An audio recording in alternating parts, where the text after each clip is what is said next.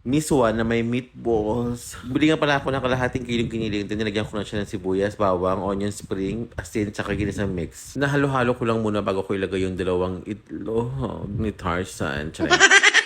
At naglagay na rin ako ng 2 kutsarang harina. At syempre, hahaluin ng mabuti para perfect. Nagprito na rin pala ako ng bawang para pang-toppings ko later. At dito na rin pala ako nagprito ng mga meatballs.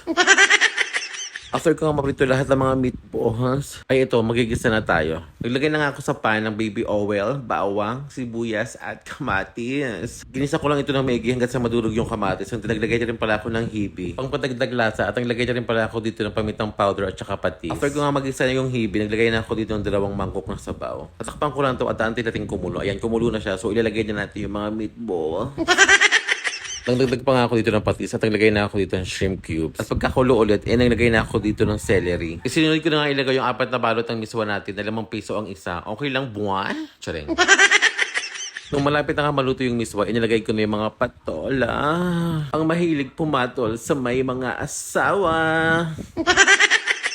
Charing lamang pero masamang gawain nyo na. Huwag papatol sa may mga busawa. Dapat kay what's minaynay lang. Charing. So ayan, luto na yung ating miswa na may patola na may meatballs.